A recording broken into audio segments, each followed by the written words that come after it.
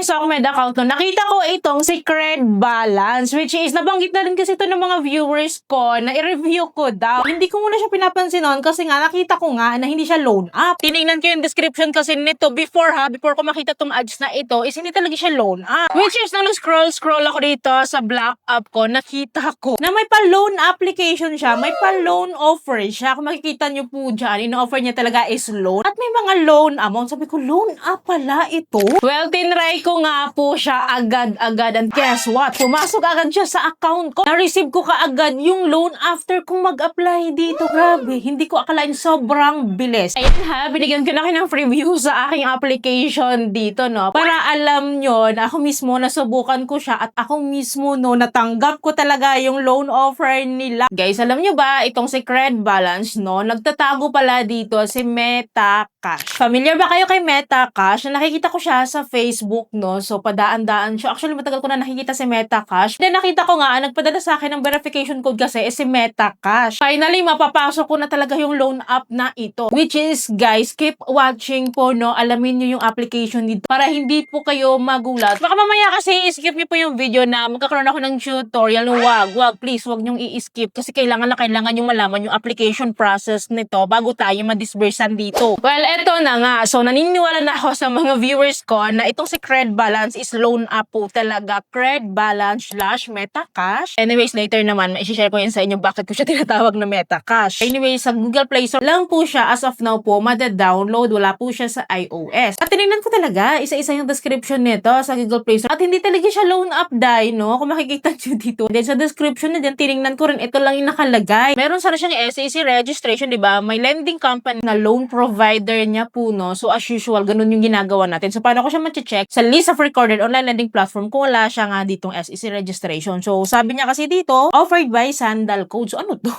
Company ba to? Kung makikita niyo po dito, na-release po siya last June 2025 at nagkaroon siya ng update last July 2025 lang. So, bagong-bago siya. Hindi natin alam kung nagbago lang din siya ng pangalan. And alam niyo naman, kapag mayroong bagong utangan, no, sinisilip ko yan. Hindi lang sinisilip ko, di sinusubukan ko mismo. Gusto kong ma-share mismo yung experiences ko dito bago nyo pa man siya i-try, lalong-lalo na sa mga bago pa dito. Well, dahil curious ako dito kay Cred Balance, in-install ko po yung app. And nakalagay dito, no, increase your credit from now. I need to agree this privacy policy. So, marami pong mga required permissions dito that we need to allow also para makapag-proceed nga. Then, after that po, nagpapautang daw po siya ng up to 60,000 pesos. But, guys, hindi siya guaranteed ha na maximum credit limit po yung ipapautang po nila sa atin. So, usually po, kapag mga bago pa lang po tayong applicant dito or borrower dito is maliit na amount lang talaga. So, nakalagay pa dito, no, regulated by the BSP, Bangko Sentral ng Pilipinas, SEC registered. Hindi ko alam kung saan ko hahanap itong SEC registration. Kasi nakalagay lang dito, wala namang registration number. Medyo fishy tayo sa part na ito. And anyways po, dito mako-confirm na natin na ito talaga ay loan up. Wala po talaga siya kasi nag-o-offer siya ng up to 60,000 pesos. So, kinili ko itong get credit limit para makapag-start ako ng application. And then here po, I need to input my mobile phone number. Ay pang-register ko po dito. Click lang natin itong send para mabigyan tayo ng verification code. And ito nga po yung sinasabi ko sa inyo, ang nagpadala sa akin is si Metacash. So, most probably po kasi siya din ito. Well, anyways, in-input ko yung code. And then, after po nito, mayroong mga questionnaire dito na mabilis lang naman about sa loan din po natin. Kung meron na ba tayong mga existing loans, overdue loans, magkano yung utang daw natin, yung mga ganun lang po. Here po is I need to provide my ID information na po. So, ito po yung mga IDs po na hinihingi po nila or nire-require po nila. All eyes on this ID po, no? Kasi kung ano talaga yung ID na nakalagay dito, it is what it is. Kasi tulad ko, ang ginagamit ko palagi is PhilHealth or Voters ID, pero wala siya dito. Kaya ang pinili ko is National ID na lang. And then, niloloko-loko ko nga tong loan up na ito. Pinicturean ko yung ID ko na PhilHealth. Pero national ID yung pinili ko. Titingnan ko kasi kung makapag-proceed ako. Kasi may mga loan up po na gano'n. Nagpo-proceed sila kahit mag-iba yung ID. As in. Pero guys, na mautak siya, nadedetect niya po yun. Na mali po yung ID na binigay ko po. At napansin ko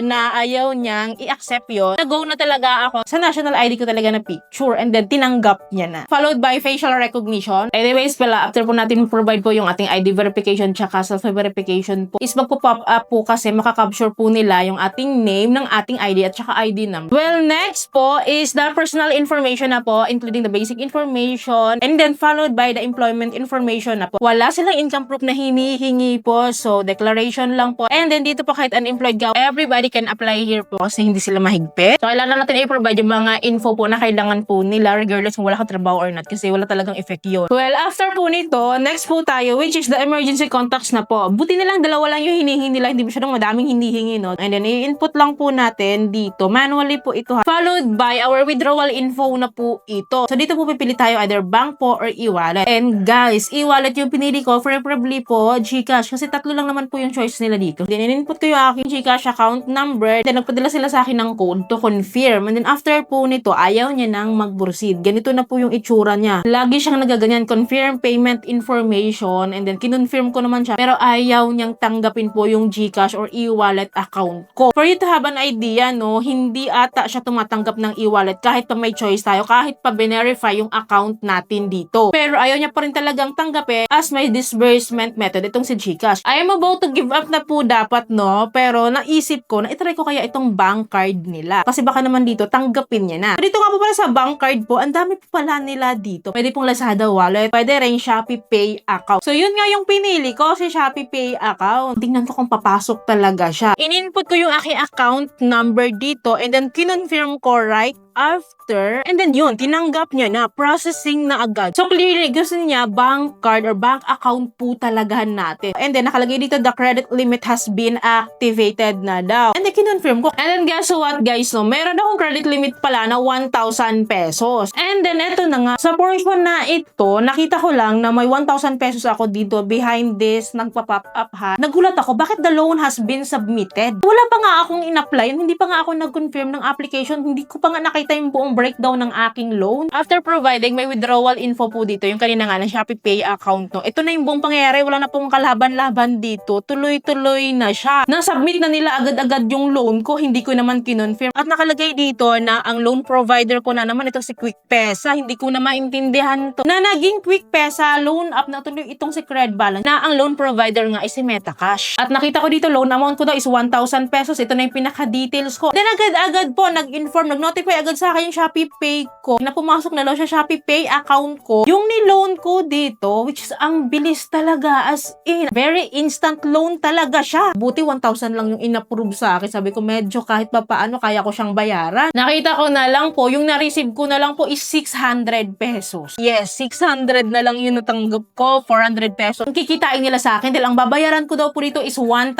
pesos. So clearly po, 40% of my loan amount, yun po yung kinukuha nila sa atin or yung kita nila sa akin. From today na nag-loan po ako, 7 days to pay. 40% ang interest rate, hindi buong matatanggap. Auto-disburse po siya. Grabe lang, sabi ko buti na lang, maliit lang talaga yung in-approve nila sa akin. So dahil very disappointed ako, naghanap po ako sa Facebook no, ng mga details about kay Metacash kasi nga nakita ko na nga siya before. So nakita ko dito guys na scam daw ito. Hihiram ka ng 3K, sisend sa'yo 1K. Grabe yun. Tapos kahit wala pang due date, sisingilin pag di nagbayad. Siraan ko sa pamilya mo at sa relatives mo. Anyways, no, nagbasa-basa talaga din ako ng comments dito at nakita ko dito, iisa daw sila ni Trust Meter Loan App. And kung makikita niyo po yung model dito, yung guy po dito, siya din po yung nakita ko, nag-i-endorse po doon sa Trust Meter Loan App na iyon. Si Trust Meter Loan App, si Cred Balance, si Quick Pesa, si Metacash, iisa lang sila. Which is masasabi, kung hindi ko po talaga siya mararecommend, kita nyo naman. Yes, makakautang, legit makakautang, pero grabe yung pagka-scam niya, grabe ka loan shark. And then based sa mga reviews is nangaharas daw ito. So paano na, 'di ba? So paano na yung peace of mind natin dito? 'Di ba? Ang bongga nito. Ako muna nag-take ng risk bago niyo pa lang siya i-try. At least meron na kayong idea dito. Anyway, sino pong nakapag-try dito? Yung totoo, sino nakapag-try kay Metacash, kay Transmitter, kay Quick Pesa, kay Cred Balance? So paki-comment down below naman po. Don't worry, palagi po ako mag-update sa inyo. Stay tuned. Dapat po nakasubscribe kayo and click yung bell button para lahat po ng videos ko is updated and notified po kayo. Thank you for watching this video. See you in my next video. Bye!